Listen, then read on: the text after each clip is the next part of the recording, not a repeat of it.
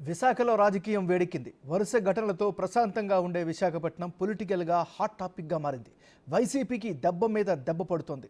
ఈరోజు ఉదయమే తాడేపల్లి బోటియార్డ్లో నిర్మిస్తున్న వైసీపీ కార్యాలయాన్ని అక్రమ కట్టడమని పేర్కొంటూ అధికారులు కూల్చేశారు. ఇప్పుడు తాజాగా వైసీపీ నేత మాజీ ఎంపీ ఎంవివి సత్యనారాయణకు అధికారులు షాక్ ఇచ్చారు.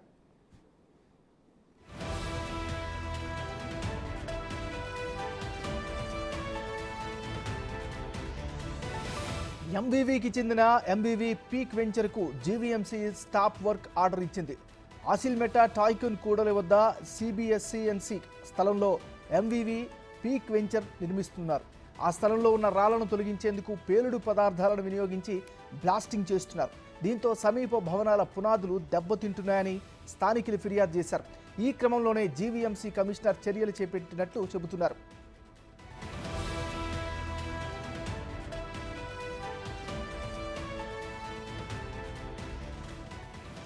గతంలో కూడా ఈ నిర్మాణాల కోసం టైకూన్ జంక్షన్ మూసివేశారని టీడీపీ జనసేన ఆరోపించాయి. అప్పట్లో ఈ వ్యవహారంపై పవన్ కళ్యాణ్ కూడా ఆందోళన వ్యక్తం చేశారు. వివాదాస్పద ఈ సిబిసిఎన్సి భూముల్లో నిర్మాణాలకు అడ్డుకుంటారని, ఎవరు కొనొద్దంటూ వార్నింగ్ కూడా ఇచ్చారు. తాజాగా జీవీఎంసీ స్టాప్ వర్క్ ఆర్డర్తో ఈ విషయం మళ్లీ తెరపైకి వచ్చింది.